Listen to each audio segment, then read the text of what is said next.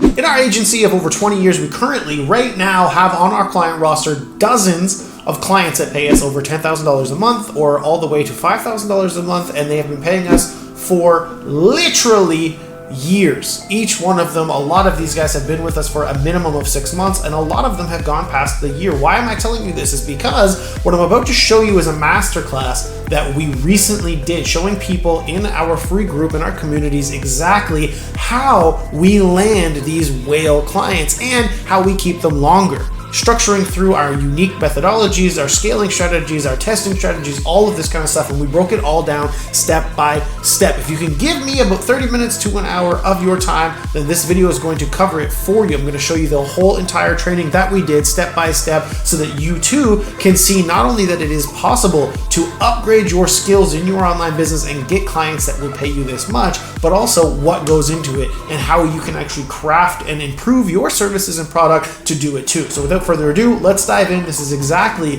step by step how we are landing $10,000 per month agency clients and how you can do it too. What is up, everybody? God, it's been a couple months since we've done one of these, so I'm kind of amped up. I'm kind of pumped up to get into something. Today's also one that kind of hits near and dear to the heart, because this is something that really changed my life around learning this kind of stuff and being able to implement this kind of stuff and be able to create this kind of freedom. So let's just dive in and get some shit done today. Okay, I'm pumped up. I just want to kind of head right into it. So what we're talking about today, guys, is, in my opinion, one of the most important things that you're going to learn, especially if you're in our ecosystem and everything else. Okay, it's really how to land 10K plus per month clients. Okay, $5, $3, $10,000 a month clients. It's going to be a step-by-step layout of not only how to do it, but the why behind it all. Why do people consistently pay us those kind of fees happily, even when they're being quoted lesser amounts by other people, right? And so if you're here today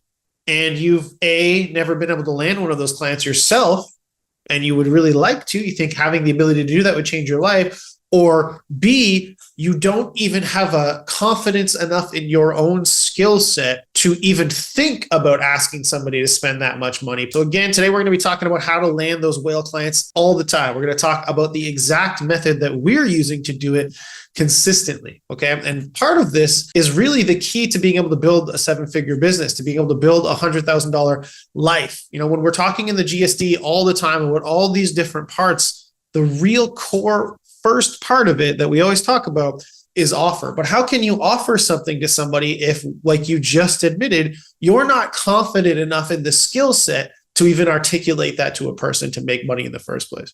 Can you guys see how that might create some issues in the very beginning? Understanding that this is the puzzle, understanding where you need to go makes sense, but not having any confidence in your skill set, not being able to say confidently to a person, I solve high value problems. The problems I solve are going to make you money. It creates an issue with every other individual piece of it. And it's honestly the first thing that everybody should learn. Can we all commit to that today? That probably the first thing we should do is actually learn the high value skill set before we go making offers to people, before we go taking people's money, that we probably should have that skill set and be confident that we can get those results. So what are we all about? If you guys don't know who we are, first, I want to quickly introduce ourselves so that you even know who these random people are screaming at you through a camera, telling you to turn on your camera, telling you to interact with me. Maybe you should try to understand who we are first. First things first, guys, as you can see right here, what does this sign say? It says, get shit done. Instead of creating a name that probably would have made more sense for us in the beginning, like, hey, you want to build $1 million marketing agency? Why don't we call our program $1 Million Agency?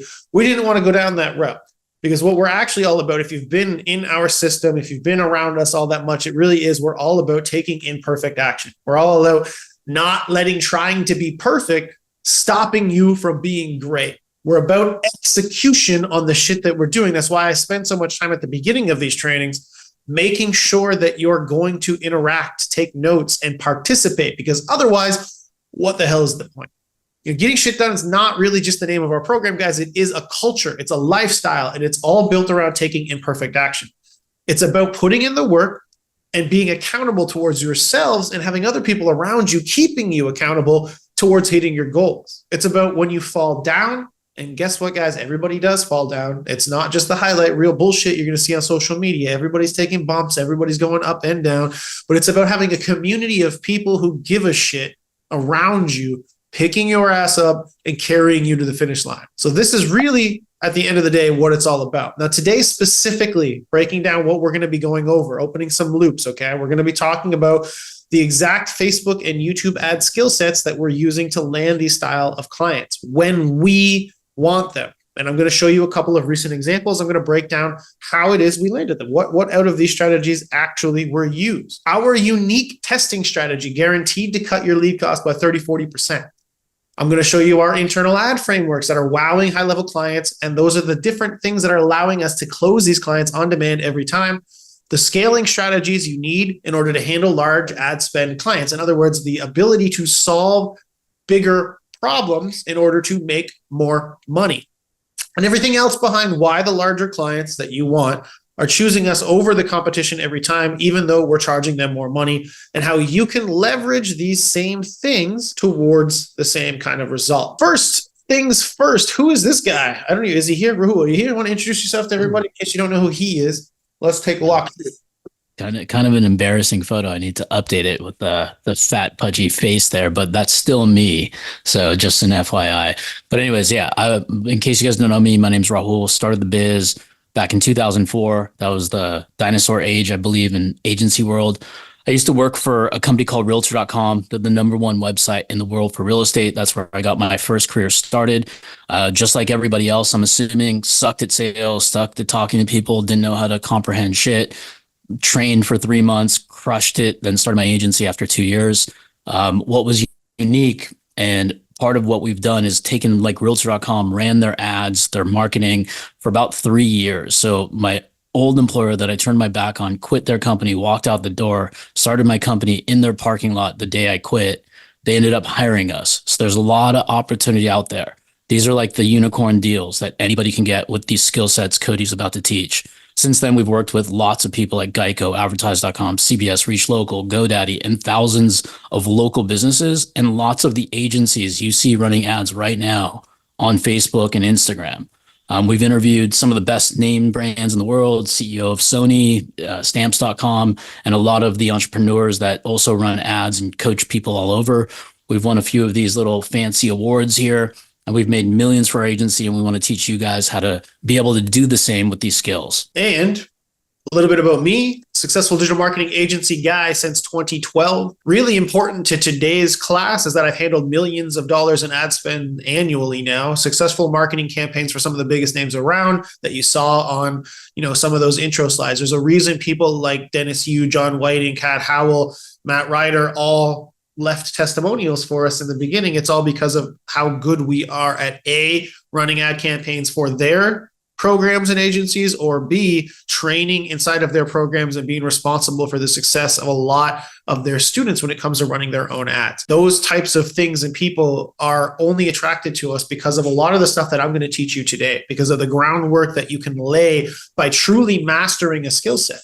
The ability to network through a lot of those types of places comes from being able to confidently say, I know what the hell I'm doing, and then prove it and back it up at a large scale. Co-founder of this program, like Rahul said, a couple of these fancy awards, and owner of multiple seven-figure businesses that all run heavy amounts of ad spend through them. All of this stuff matters, guys, because why would you, at the very, very basicness, the one thing you should always be learning is don't listen to advice from people who haven't done what it is you want to do. So after hearing that from Rahul and me and watching that intro video and seeing all those names talk about our skill sets at media buying and doing these types of things, do you guys feel confident and comfortable today listening to me talk about how to do this kind of stuff? You should always want to hear this from the people who have done and been where you want to be. Now look, guys, not only us, but 90% of the successes that our students have achieved, they have one thing in common, okay? They've mastered Facebook, Google, or YouTube ads for their client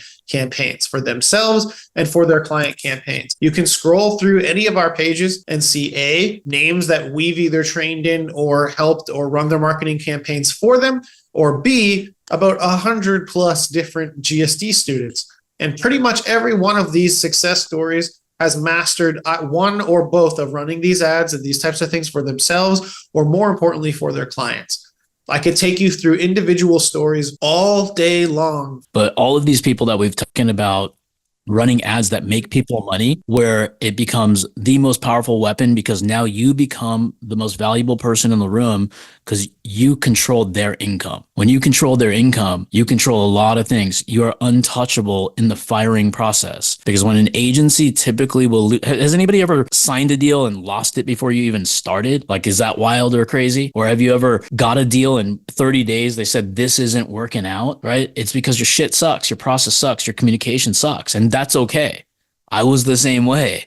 When Cody said, master this skill set, I decided not to master it. I sold before I'm ready, got whacked in the teeth, learned the skill. Then I was able to keep clients, like some of them staying with us from 2006 till now. So there's a lot of revenue if you think about things in a longer period of time, because a mistake a lot of you guys are going to make, and I don't want to make an assumption, maybe you have, maybe you haven't, is thinking you'll get rich in 3 months. That's not the case. If you started your business to end it in 3 months, you're in the wrong room. But if you're looking to start your business or grow your business with an infinite time frame, there's no end in sight. Yeah, you may have this grand exit plan in 3 to 5 years, but give yourself the results and the time to be able to get there. Because that's the conversation Ben and I had this morning. We pick one business, we go all in, we ride this as our legacy. That's our core income to all freedom. Let's lengthen our expectations of ourselves. And I promise you, if you don't give up, you will be an expert.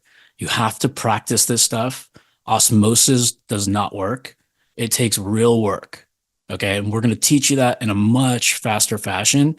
Now, today's masterclass, I don't mean to take the mic from Cody, is going to be a little bit like 5-10% of what we teach, but it's going to be a lot of information. So get those pens ready. And then at the end, we'll be able to help you even further.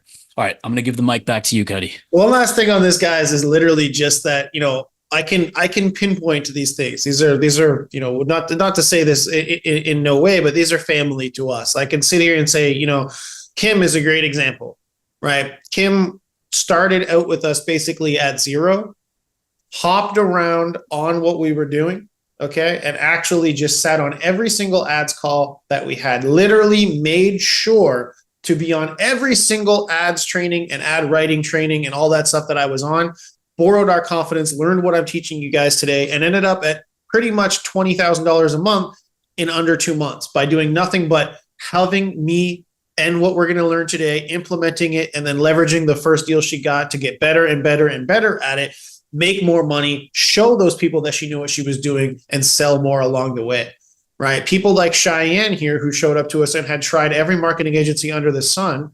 And then within a couple of months of working with us, testing some strategies, using the testing and scaling strategies that I'm going to show you here today, after she mastered it, she had what, $250,000 a month the other month? $200,000 months. And that and it's plural. It's not just a one hit wonder like a Vanilla Ice song. This is like multiple months consistency, where her biggest problem now becomes HR, which is a great problem to have because a new level creates a new devil. So now there's a hiring issue, but money ain't a thing, right? More money, more problems. I'd rather have more money and more problems than none and a lot of problems, right? Exactly. And the backbone of all of these stories, guys, all of them, is understanding first, mastering a high value skill. Because you want to make more money, you got to solve bigger problems. That's really at the end of the day what this kind of stuff comes down to, right? And so if you first get that and you have a system around you that can help you, it makes a lot of sense. Because look, guys, the old world all around us is really dying. And what I mean by that is, it used to be go to university, go to college, get out there, build your way up through the corporate life, and everything would work out. But those 2 to 3 to maybe 5% raises, you think that's going to do you guys anymore? Yeah, I got a quick story. Like my very first job, like I was in high school, it was for my parents. I got paid $4.25 an hour. I was the mail boy, stuffed stamps, licked stamps, did everything. I wasn't smart enough to put water on it. I actually licked thousands of them every week.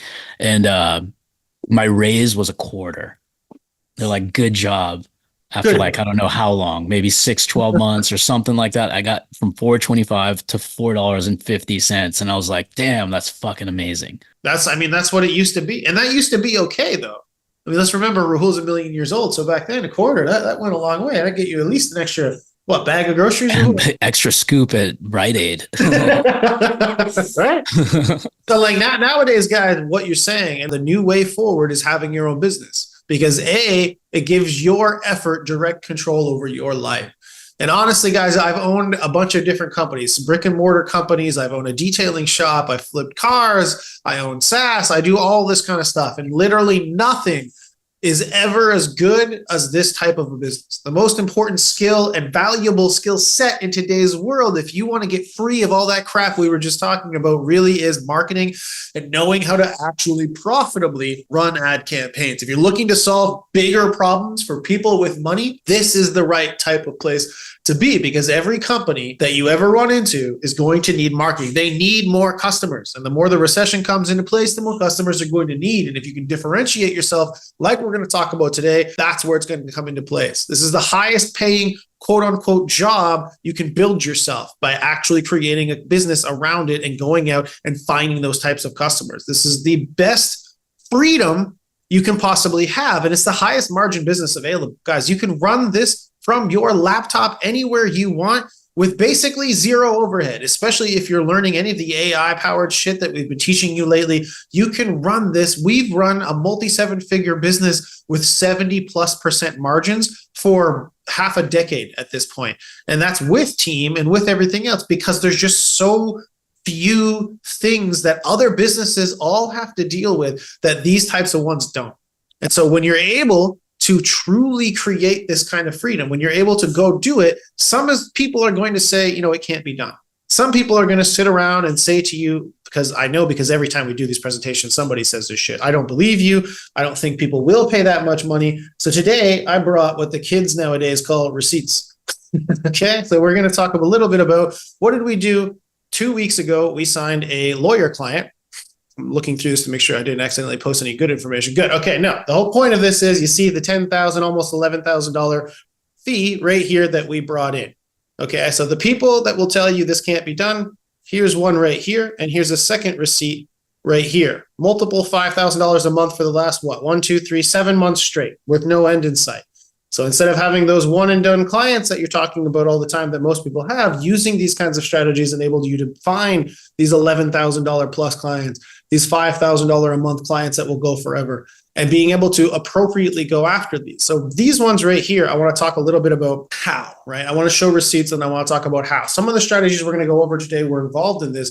Before this one, and for another company that I still don't think we're allowed to say who it was yet. So I'm just going to say a very large media. 127-year-old company, parent companies, publicly traded, huge. You guys will all have heard of both companies. So yeah, we're under NDA at the moment, but as soon as we can share some information, we're going to go stream that shit live for you guys too. Yeah. So those ones specifically, the process was different, but fairly similar. Audit as a foot in the door offer, go through what they're currently doing and know what it is that they're doing wrong. And you're going to learn through our testing strategies and all of these different ad strategies. You'll be able to look at what other people are doing and say, okay, I now understand what's not correct. I now understand what's broken in this system. And now I can build you a report of recommendations based on that, tell you what we would do, tell you how we're going to save you money in the long run and actually make you a lot of money. You see, normally what's happening with people who are running campaigns is one of two things, especially when you run into these larger accounts, okay? One is they have agencies spending a shit ton of money on nothing but vanity metrics with no actual strategy behind it whatsoever. And they're just saying our overall sales have done this, this, or this, but we have no way of knowing really, actually, what caused that, or if these people who are doing all of this and wasting all of my money are truly creating that or not. They're flying blind and they're just saying I'm happy or I'm unhappy based on some arbitrary end result that they don't even know how to attribute. And B, they are running individual non-connected campaigns, or they have multiple cooks in the kitchen. And so for both of these things, it was actually both. They had multiple cooks in the kitchen that were disconnected, and they had no actual idea if anything was driving any actual revenue. They only knew for sure that overall they were kind of flatline. Overall, it wasn't really producing. And so we took our past results, told them this, came in and said, okay, here's what we're going to do. And for both of these people, this one and this one, they were spending at most 50%, I think, of what these fees are. These are just management. There's no ad spend included in this. This is what they have to pay to us.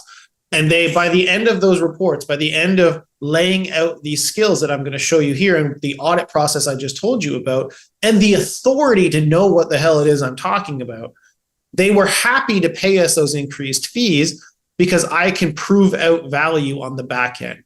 Because the increase in money you're paying me is nothing compared to the loss of money you're experiencing on the back end by not having a goddamn clue what you're doing, by not understanding where your revenue is coming from and what to scale. And so, again, this type of skill set is the most profitable because you're talking about margins that are incredible, freedom that's incredible, and money that can be incredible.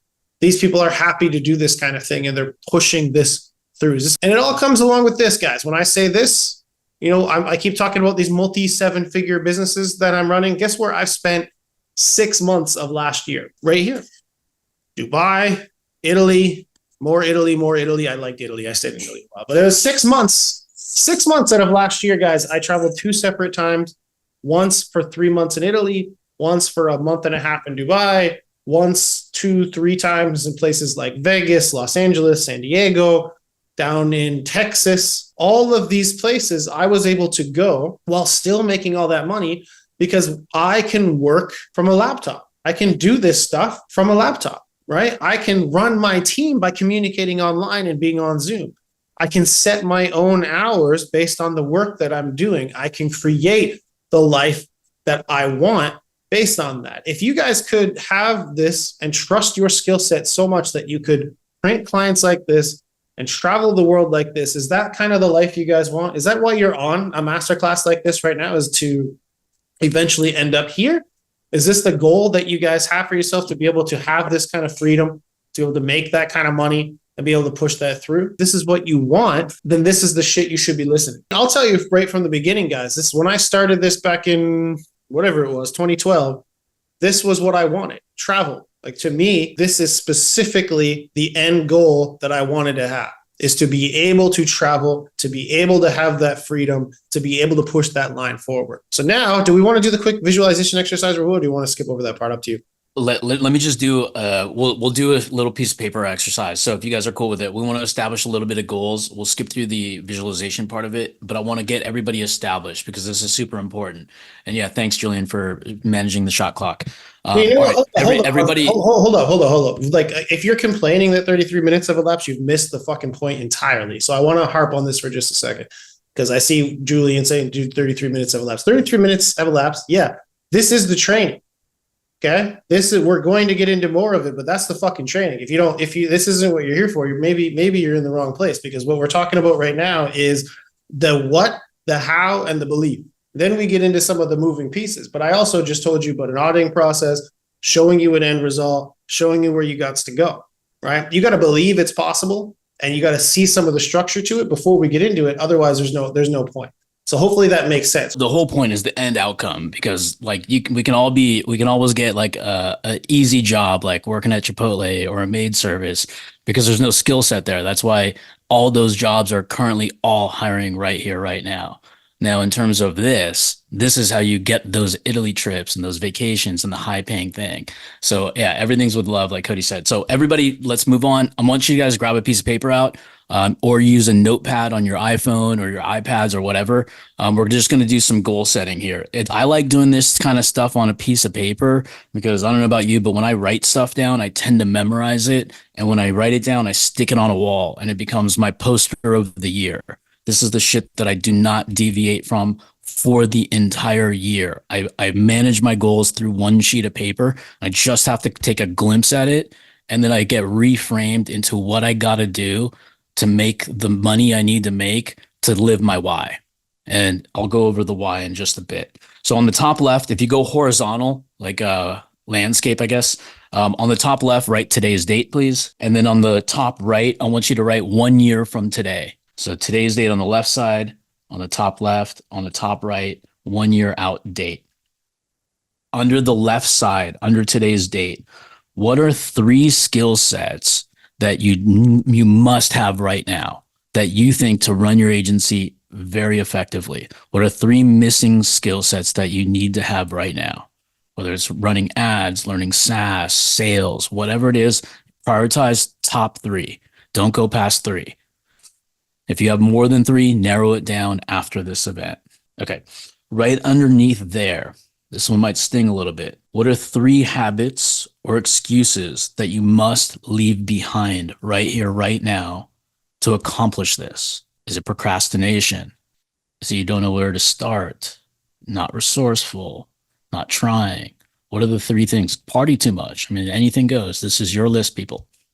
Anything goes. So 3 bad habits or excuses you must leave behind to accomplish this goal. Okay.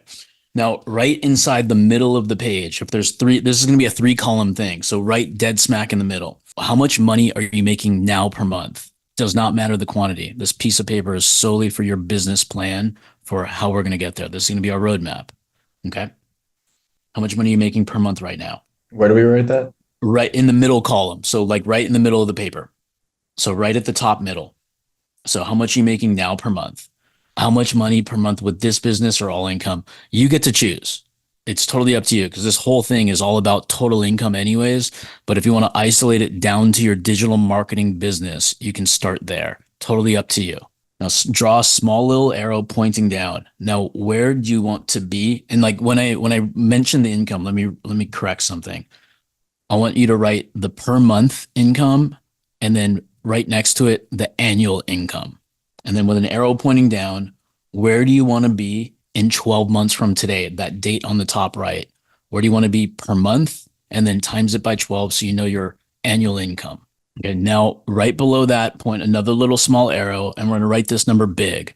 What's the difference in those numbers per month and per year? And write them big, and we're going to put a bullseye circle around it. And we're going to back into the math on how we get there through this masterclass. Yeah, it doesn't matter the big gap. I mean, big goals, big dreams, small steps, baby. That's the way it works. As long as you have an infinite mindset, you don't put a shot clock on your own success. Now, to the right, on the right column underneath the date, your 1 year out date, what are 3 action items you must do to reach your vision? 3 action items you need to do right now to reach your vision. There's one last part to this exercise before we get to the show. Now, along the bottom, anywhere on the page, what would this open up for you if you did hit that goal that you set for yourself? What would this open up for you if you did hit that goal for yourself? You saw Cody's slides. It opens up travel for him. For me, I got a new baseball hat. Pay off my house. Go to Costco. Hell yeah, Costco. It's my jam. Pay off my home. Golf. Hell yeah. Learning golf myself, Arrow. Terrible. I'm like Charles Barkley on the course. Yeah, share your whys in the chat while you write them down. What would you do? Go on that vacation, that honeymoon you promised your girl, take the family on vacation, finally get to know your kids because you work so much. I don't know. And I'm sure that's what my dad's why would probably be. Like, I want to spend time with the family before they turn fucking 30 when he was working. All fucking amazing goals. Everybody's why is their own. You get to own it. Doesn't matter what it is, because other people, when I ask them their goals, these are typically younger people, they want the bling bling. They want the Lambo. Totally fucking cool. Everybody gets to splurge the way they want to splurge. Okay, cool. So what I want you to do after this, not during this, because we're about to jump into it, and Cody's going to come back in just 1 second, is like clean this paper up. So, and the way this works is like on my wall, in my bathroom, on my door, in my bedroom, everywhere, I have this same piece of paper. I just cleaned it up. So I have 3 copies of it. The reason I have 3 is because we've written it once, we clean it up 3 different times, post it on our walls. It might be corny and stupid, but I promise you, when you look at things and you see it and you visualize it, instead of going to fuck around or do something idiotic like scroll TikTok for countless hours, this will reframe you to hit that goal faster because you just created the deadline. If you want to reach this in a year, all possible. Everybody here can do it. Once you have the skill, the confidence, the ability, and the focus, you will get there without a doubt. Okay. You always need help along the way, which is all common, but I promise you guys will get there if you stay focused on this. Okay. All right, let's move on. Let's get to the show, Cody. All right, let's dive in. Everybody find that helpful. Everybody clear on their goals, their outcomes, the things that they want. And I want to quickly just cover, again, why are these clients happy to pay us $5,000 to $10,000 a month instead of the cheaper agencies? Break down what we just went over beyond the end result. What is the specifics of why it is they're okay to do it? It's because we have an expert auditing process. We understand where their current and past attempts had failed. So that means I can take a look at what they're doing and I can tell them this is what is wrong. This is how we could create value. Troubleshooting failing efforts and offers that they have right now. Rapid fire testing and optimization processes that I'm going to be showing. And all of these guys are open loops. We're going to cover all of this stuff here throughout this presentation. Scaling strategies to grow. Literally, I can take your budget and I can increase it, meaning I know how to take your smaller problem that you have right now, but I can also make it bigger. I can solve the bigger problem, and therefore I am of more value to you than these other people who are stuck and can't seem to make that happen. And then different strategies available for different clients that fit what they need, meaning I don't have some cookie cutter thing that I can only do that. That's it, and then it's over, and that's it, and that's the one thing I can do. Those are the types of things you'll get your low amounts for, but you're not going to be able to push forward because you're not a real expert. And the difference maker, guys, why this is happening gets broken down here. So starting with unique and powerful ad frameworks, right? Making the same pitch as everybody else causes the client to go with the cheapest option.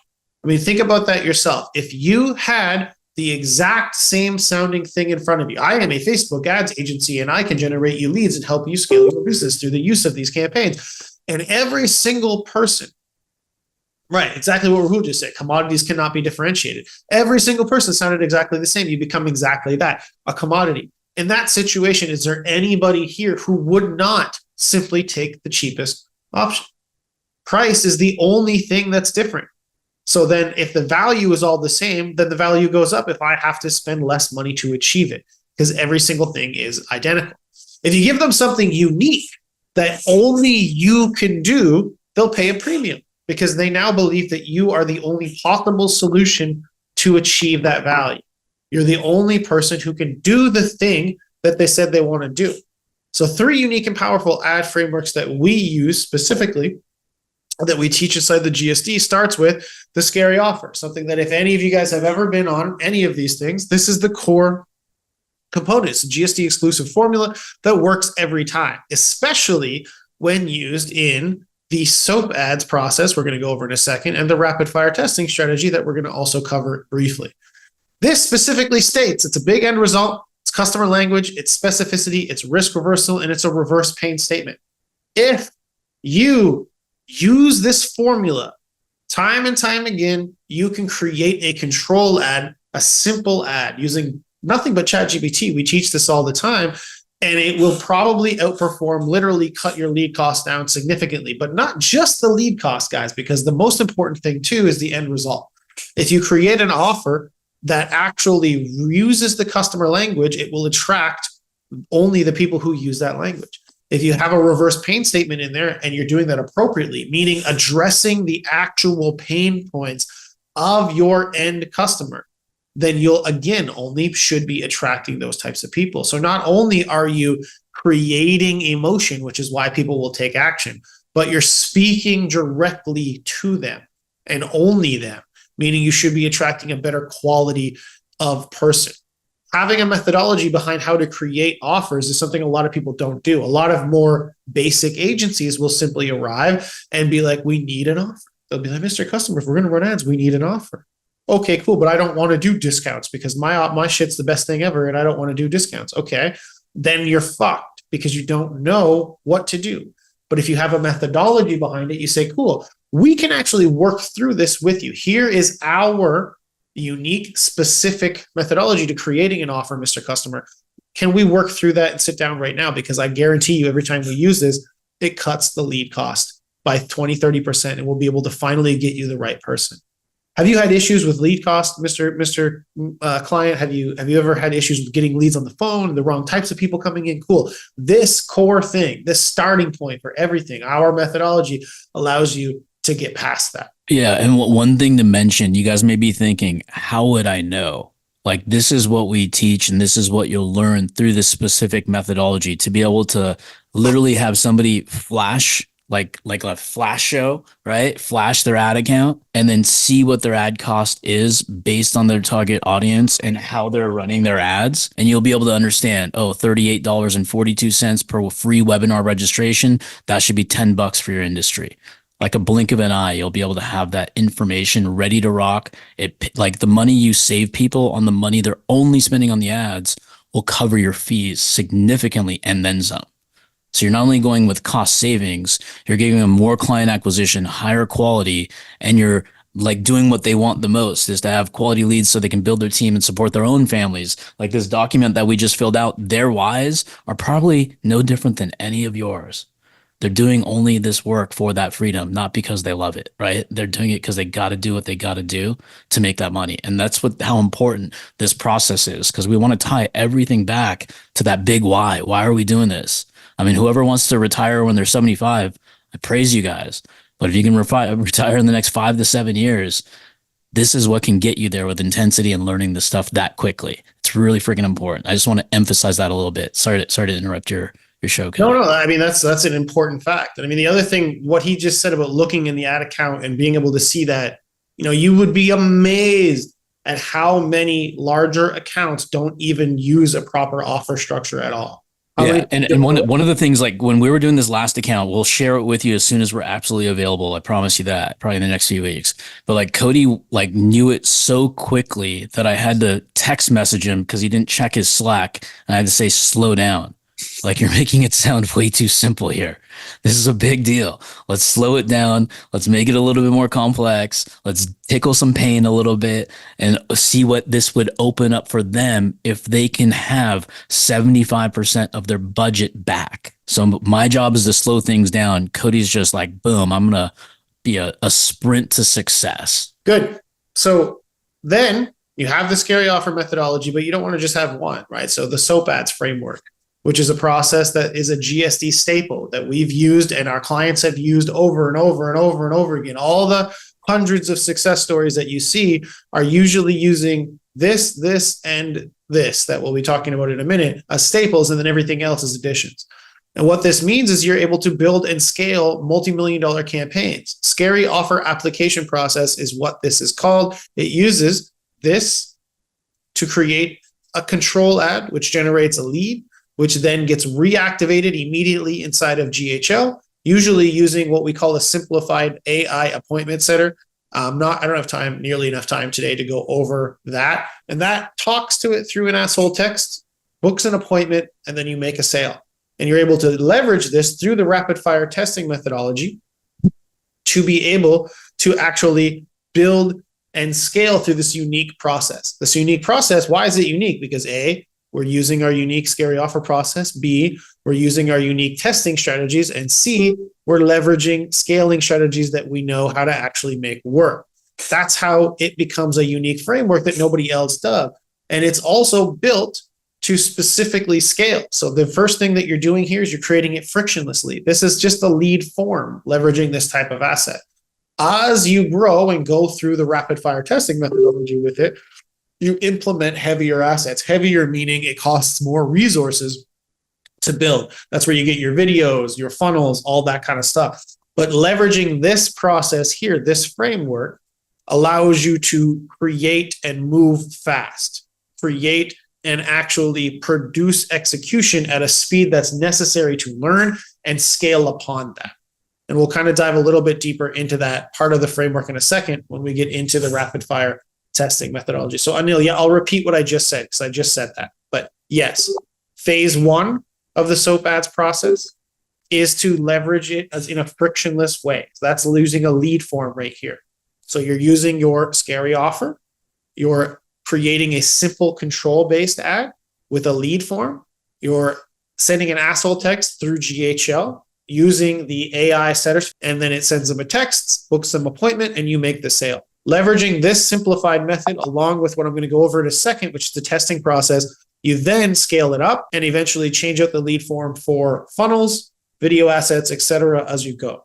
But you're able to start in an easy to set up frictionless way so that you can have speed of testing. So you don't have to build a whole new funnel, build a whole new video for every single new asset you're testing. You're only going to be building it once you have right person, right offer, right creative, which is the rapid fire testing methodology, which I'll show you in a second. Third one that we use all the time, self-liquidating offer. So the self-liquidating offer method is currently generating us and our clients free leads using paid traffic and has 10x to our ROI. What is a self-liquidating offer? Self-liquidating offer is selling, at the core concept is selling a low ticket course or item at the top of the funnel and then having it be your membership or your SaaS or something like that on the back end. So if you go to the ad library and look us up, you'll see all kinds like this, where we're selling something for $27, which is a course showing you how to do the thing. We'll have additional assets on the order bump. It lays out exactly what it all is. And then on the back end, we sell the Diamond Club. So the $97 a month program. And then on the back of that, you can join the inner circle and do those types of things. This methodology specifically is another way, especially if you have a SaaS that you're selling, or they have a course that they're selling, or they have anything individually that you could sell. This methodology is also great for if you want to leverage for, say, like Kairos or those kind of people, a paid appointment type methodology. You can use these types of funnels and strategies to, say, prepay to pre-book to increase your show rate and your clients and all that kind of stuff. So just as a quick cover, we're not able to, there's just not enough time in the day to go through every one of these individual things and flesh them out and show you the assets and do all that kind of stuff. At the end of this, we are going to be talking a little bit about how we can continue this conversation together for that. So I know that's going to be some of your questions. I can hover on some of them if you want, but each one of these is a full-blown course, a full-blown thing that you have to kind of dive into on its own. So I just want to preempt the questions on that. This one specifically, self-liquidating offer, is one of the most powerful types of additional strategies you can have. This one is probably the core asset for every type of business we run with, because a lot of them that we run with are lead gen. They want to fill their sales team's calendars and that kind of stuff. But this one, we've generated over $5 million in sales between ourselves and the different clients that we run it for specifically to be able to push that through. So this, very, very powerful. But what we want you to understand is that having these unique frameworks that I can now pitch is what differentiates an expert and a non-expert person. So if you're coming in and you're just saying, I can generate leads and I can do this and that, that's one thing. If I'm coming in and laying out a specific timeline with a specific strategic thing for this, I can tell you step by step how this is going to go. And I can reference this track when we get into the actual fulfillment of it. You can see how that is a lot stronger of a pitch, a lot more like being an expert than it would be if I was coming in with none at all. So now you want to pair this with testing strategies, and not just any testing strategies, guys, but testing strategies that actually scale. Now, most people only know the spaghetti method. Okay, what does that mean? It means they make a bunch of audiences and ads, and they throw everything they can at the wall in hopes that something sticks, or they do nothing at all.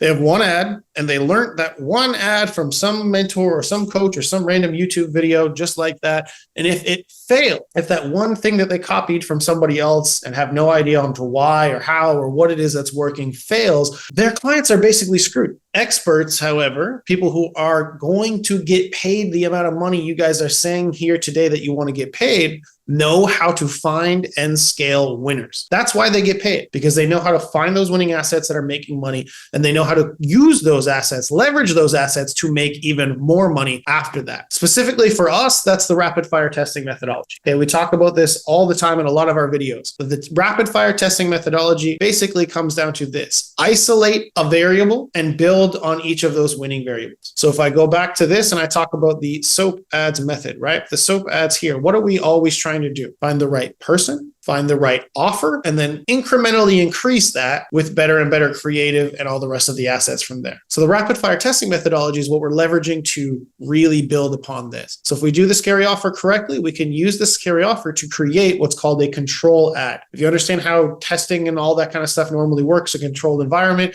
the control is the thing that we know, and then the variable is the thing that we're testing for. So how would we test audiences leveraging a control ad? Well, we have 3 to 4 things in there, 3 to 4 different audience variables that we have, they're differentiating, and we have the one exact same controlled ad in each of those audiences. So we're going to do one basic ad per audience, and we're going to run through a certain amount of impressions, and we're going to wait until we see a clear distinction in our cost per conversion. Once we have that, we move on. So we optimize. pause up to 2 of the least performing audiences. So if we have 3 to 5, we're going to end up around, 2 to 3 audiences that are winners and move on. If none of them are winners, then the whole campaign probably concept that we have based around whatever the scary offer is probably isn't going to work. Normally, though, we'll get a couple of audiences that are winners, and then we move on to round 2. Round 2, we're isolating hooks and offers. What does that usually mean? Top line of the text or offer in the actual image and in the thing. And we're only changing that. So now we have our winning audiences and we have our control ad. We create brand new identical hook and offers for ads, and we put them into all of the different audiences. So the only new variable that we've added is going to be hooks and offers. And we do the same thing. Wait until there's a clear distinction between our audience costs, and then we do a round each for copy, and another round for images, another round for headlines. And then we get feedback from our sales team. Are these leads good or not? Are they the right type of people that we want? Are we getting a lot of actual fake leads coming in? Is there a number of issues with it that we can solve? And so by doing this, going back to our SOAP ads framework here, right? We're starting out frictionless with lead form. We're starting out frictionless with just a control ad. But by going through multiple rounds of this, we'll eventually have what we want in a good ad campaign, which is right person, audience, right offer to go with that person, and then right messaging and creative to put that offer in front of that person. Now, once we have that, we should have our good cost per conversion, a good lead cost here. We can then invest money into our heavier assets that we've talked about previously. That's where we upgrade our base level SOAP campaigns to include funnels, to include long form sales copy on those funnels, to shoot maybe a VSL or to shoot an asset. But what most people will do, is you'll waste weeks building out a funnel, going back and forth with a client, trying to get a video or pictures or graphics, write all of this copy, all based on the assumption that you already know what the right person and right offer is. And then when you go to turn on your campaign, sometimes it just fails. And then what are you supposed to do? A lot of the time, what ends up happening is you're fucked because the client's not going to give you another month because you didn't get any results in the first place. So there's nothing for you to say, this is the process I'm going through. Yes, it didn't work yet, but we're testing more shit and here we go. I just wasted however much money I needed from you to build a funnel, however much time it took you to shoot that video, however much anger it took for us to go back and forth to you to edit all the design features, all for it not to work. Do you want to do that again, Mr. Client, so that we can try again, right? And then you probably wonder, well, why does he say no? That's what we thought we were doing. No, right? But if you have this process in place, you have a roadmap. You have a way to build on each stage of that roadmap. Do you know how many times? We recently had a client paying us $6,000 a month, and we had an exact roadmap put into place. They bought into everything. And then within like a week or something, they've gone from like ecstatic to just the most pissed off people in the whole world. Like just so much fucking attitude. And for me, we don't take on all the clients anymore. This is kind of the point of this. We get to pick and choose. So I actually told our sales team, I might fire this guy because I just don't want to deal with the bullshit. But instead, I took one more call and I pointed at the roadmap. I said to the client, Mr. Client, here's exactly what we agreed on happening. Okay. And here's exactly where we are in the testing process. And I said, if you just stick with it and stop the complaining for like a week or so after, I'll take your feedback that the sales team is giving us. I'll make the adjustments on the testing process, and then we'll circle back and we'll see how we're doing at that point. And then 2 weeks later, I can't even remember, Rahul, you documented all of this. Where did we end up 2 weeks later in sales? Right. It wasn't even the end of the month. Here, I'm just typing it. There you go. 80K. They went from being pissed off to closing $80,000 in sales by the next 3 weeks. And all of a sudden the client is happy. Now that's nice and all, but the whole point of this story is that having that roadmap in place and having these kind of processes in place allowed me to A, calm the client down, but also B, be 100% confident that we are where we need to be. And I know what levers to pull in order to adjust based on the feedback that was happening. A lot of times what you'll do if you're not running these types of things is you'll end up in the situation where, like I just said, you spend all of this effort and all of this stuff doing this thing. And then when the thing doesn't work,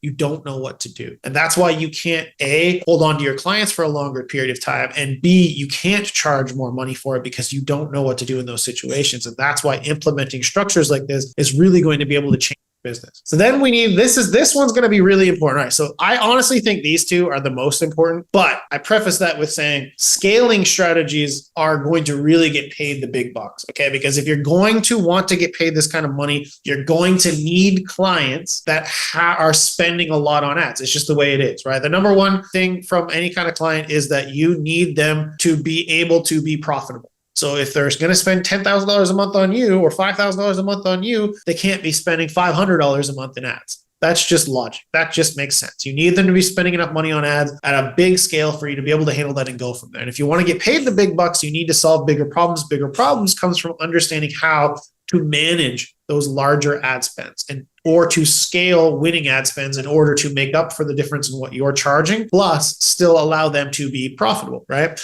Despite what you might believe, because unfortunately, a lot of people that come to us have never even gotten to this part yet, but getting early success in ads is actually not the hard part. Being able to turn on a campaign and get some form of success, whatever they want, whether that be masterclass registrations, whether that be lead costs, whether that be calls booked, all of that kind of stuff is actually easy. I can pretty much at this point, with the different things that I've shown you here, you could take these strategies, any of these unique methods, plus this testing strategy, and you could go into almost any business and create an early success type campaign. You could get paid a smaller amount of money. You could run a lower amount of ad spend and have at least moderate to high success pretty easily. But scaling that success while maintaining KPIs is incredibly difficult. It is something that you need to understand what you're doing in order to have happen. And that's when you can truly get paid the big dollars. That's when you can make the big money. For reference, I think the $10,000 a month, $10,000 client that we got is spending something like $75,000 to $100,000 a month in ad spend. So like in order for us to be able to get that client, I need to know how to manage that kind of scale. Starting point on this, guys, is just understanding the basics. Okay. There's two basic ways to scale that for some reason, a lot of media buyers, a lot of ads people don't seem to remember. Horizontal and vertical. Horizontal is simply duplicating winning ad sets. So it's having the budget set at the ad set level, whether that's an ad group on Google or whether that's an ad set on Facebook, YouTube, that kind of shit. What you're doing is you're simply taking it and you're duplicating it. This used to cause issues where you're competing against yourself in the auctions and all this kind of stuff. That's not really the case anymore. So you can ignore that. And these are usually good if you want to do it quickly. The problem that happens from this is that, yes, it usually works, but it also creates a complete, for lack of a better term, clusterfuck inside of your stuff. You've got duplicated exact same assets. All of the new ads are the same everywhere. It's just going to be a complete mess. So it's a good one to an extent. However, I like the vertical way of doing it better for increasing and still maintaining organization.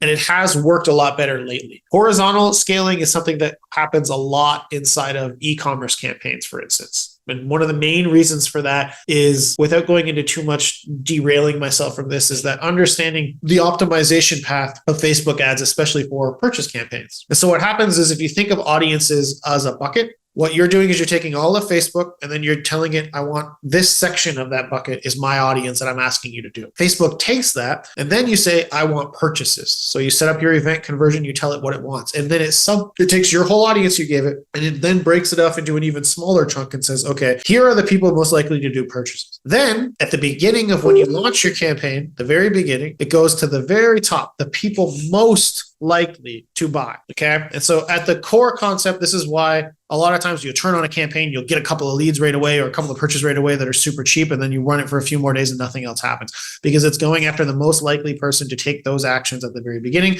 And then it has to optimize down through. And so horizontal scaling in e-commerce will often have a two-pronged effect of getting you an initial boost of extra purchases by going back up to the top again and actually having two different optimization paths within the same bucket. So it can work. I'm not saying it doesn't. I just prefer, for lead gen especially, the second one, which is vertical scale. Vertical scaling is increasing the spend of your winning, not ad set. This is campaign. So this would be CBO, campaign budget optimization.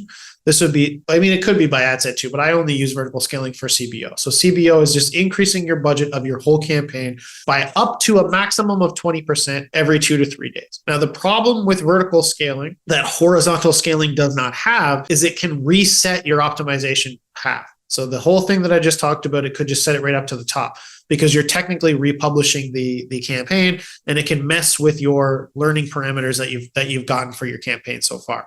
That's why when you increase it by 20%, you have to let it sit for 2 to 3 days. Those 2 to 3 days is you watching the campaign and actually checking to see if your ideal cost per action, so whether that's leads, purchases, calls, has gone all out of whack. Because if it has, you need to leave it alone and then work on going through some rounds of rapid fire testing before you can continue to scale. Horizontal doesn't usually end up like that because you're duplicating a winning ad set, meaning you're leaving the ad set alone. You're just creating a new one. If the new one goes out of whack, you can just shut it off and do something else. So this is the basics on how to scale. But the second part that I really want to focus on here is this. So for scaling winning campaigns, we want to live by the 80-20 strategy. That means 80% stays in the winning campaign, and then we separate out 20% of our budget into what I call a feeder campaign. The goal of scaling is almost always to maintain whatever the hell is winning. So our KPI, the only reason we're trying to scale in the first place, in theory, is because something is working. Something actually worked. And we want to make sure that that can be maintained. And in theory, it's like, well, I'm getting $20 leads and I'm making a 10x ROI. If I could just 10x my investment into that and keep everything exactly the same, then I should be able to win. And a client will almost always say that. Just dump more money into it, dump more money into it, dump more money into it. But the way that optimization works is that as you're spending more money, if you remember what I just said, you're subsectioning off the audiences. It goes after the best of the best, the most likely people to do your action first, and then slowly moves down. So what happens when we're scaling that budget? Basically, it's forcing it to go further down into the shittier and shittier people faster and faster. And so you're forced now to put your ads in front of worse and worse and worse people as you scale your budget up and up, which just means you really need to have something that works, and you need to know what assets are winning, and you need to have a testing strategy, wink, wink, nudge, nudge, back to 10 minutes ago when I was talking about that you can build off of. If you don't, it's just the same ads, the spaghetti strategy, only they're going to fail faster and you're fucked even faster, and then you don't have anything to rely on. You have nothing to fall back on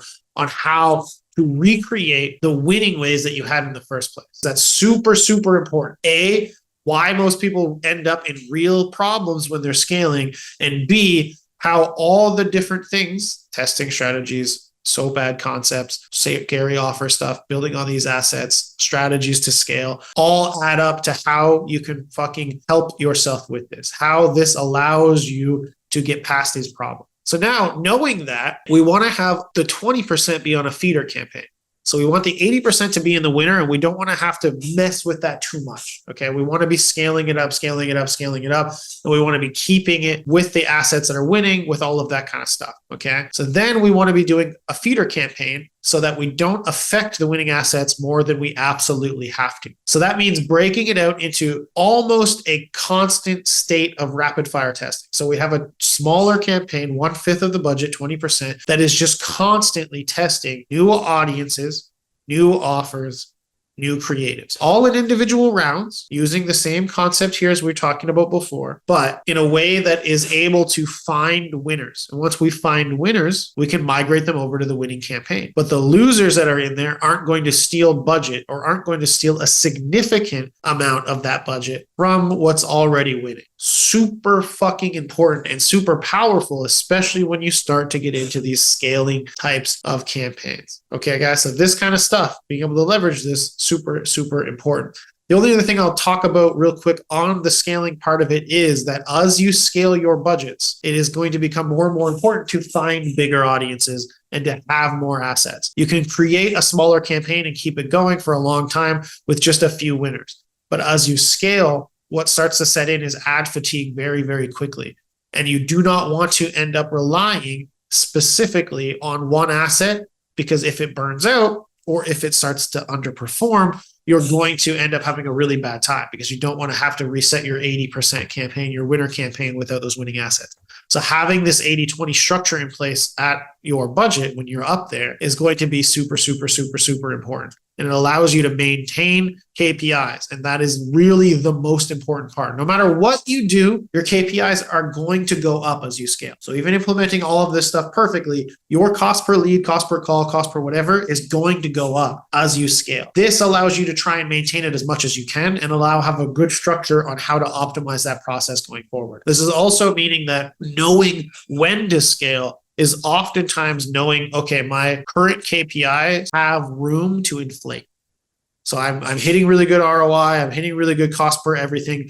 I know that my $10 cost per lead, based on all my numbers in front of me, could increase to $20 cost per lead, and I would still be doing well because of the extra profit I would bring in from bigger, smaller percentage of a watermelon. 100% of a grape is not as good as 10% of a watermelon type thing, right? So you know that, and you have your numbers under control for as you scale through that. Knowing when to troubleshoot now is super important. So one of the things that Rahul mentioned actually a minute ago was being able to take a look at a campaign and just seeing stuff. A lot of that is knowing benchmarks, understanding where industry averages really are. Knowing stuff like you want your link click-through rate to be 1%, your retargeting to be 3%, your cost per click.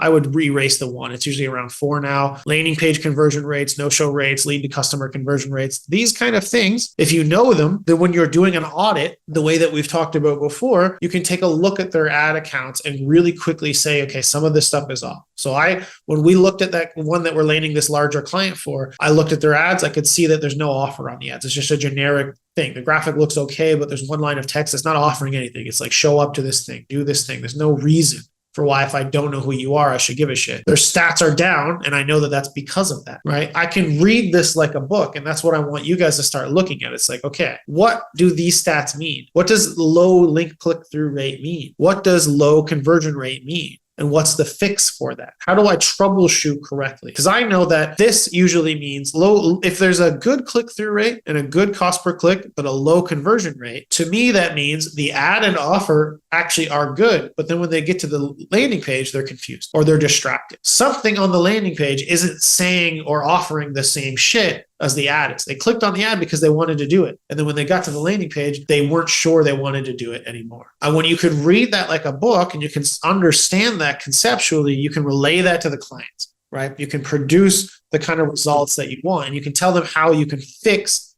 their failing campaigns, which, circling back to the very beginning of what we did, right? What we were talking about is one of the core reasons for why people are willing to spend that kind of money. Why people are willing to invest that. So knowing how to troubleshoot when shit doesn't work, multiple strategies, proven strategies, multiple platforms available to use is all ways to fix that. And again, guys, our students are leveraging these exact frameworks to break free. This kind of shit is exactly what they're using to able to build the businesses, the stories that we're talking about previously. Stories like recently, we've had a couple of, we just talked about Cheyenne a little bit. So I'll talk a little bit about Alvin, who was able to double his salary and quit his job. And he could have quit his job a long time before that. We'll not get into why that was, but he doubled his job salary, quit his job, all doing this part-time. But do you know what? The first thing he did was he showed up and mastered Facebook and YouTube ads. And then all he did was talk about that in front of a potential client. By being able to become a highly leveraged thing, create a skill set that actually allowed him to go in and confidently get those clients in a way that was different from anybody else at the time, especially. He was able to break free of his job, create the life he wanted, and now he does whatever the hell he wants. Now he's on, he lands, the last time we talked to him, he was landing a bigger than $30,000 a month client or something like that. What was it, Rahul, that he landed he was just talking about it on the spotlight we did. Wasn't it 30 grand a month? I can't even remember. That bigger one? I think 15 a month. But these are monster clients. So he's fishing upstream. And if we go back, let's go back in history. Alvin came to us. This dude was literally, the first deal he brought to my attention was I bartered tacos for Facebook ads with a taco truck. And my advice was never do that shit again, because you're not going to be able to eat $1,000 worth of fucking tacos a month. And then we said, all right, here's how to change the word barter to $1,000. And then we went to 2, then we went to 5. Now we're at $10,000 setups and $15,000 a month. Now that's not the norm on every deal. Some are bigger, some are smaller, but these are larger ticket people. And that's what's all possible. Once you kind of streamline that process, learn the skills, get those smaller local businesses that you can help in your neighborhood or your contacts or your LinkedIn, then we start to find our foundation, our rhythm, and then the confidence, our vocabulary just instantly changes from 1,000 to 5,000. One word changes on price. And then all of a sudden you're reaching that number that you put in your goal, therefore reaching that why faster. The hardest part is just fucking starting. The second part is staying the course. And I mean, look, guys, if you've watched any of our student spotlights, it's all the same shit. Ty, Mason, Matt, Luke, other Cody.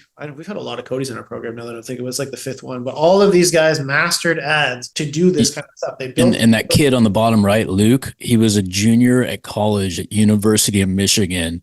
His fourth quarter revenue was $120,000. My advice is you get paid more than the professors that teach you. Quit. And he said, my parents make me get that certificate. So you have family pressures, get it. But this dude's making more than freaking professors, and he was a college student. And the only reason he's able to do that is because this is the type of thing that you can do with this type of skill set, right? The college professor is the old way, the way that's really falling behind. And if you want to escape that kind of cycle, you got to have these kind of skill sets to do it. It all started with building that high value skill, mastering something unique, like what we've talked about today, learning to solve bigger problems for people who actually have money. Thank you so much for spending the time to watch that amazing training. Like I mentioned previously, my intention is for you not just to watch that training, but if you got something out of it, if you think this information is useful, I want you to continue that journey with us. And you can do that in a couple of ways. One, I want you to smash that subscribe button so that you get notified every single time we put another one of these out, which will be at minimum once to twice per week. The other thing I want you to do is go ahead and click that next video right there beside you so that you can dive in and get shit done. Hope to see you out there.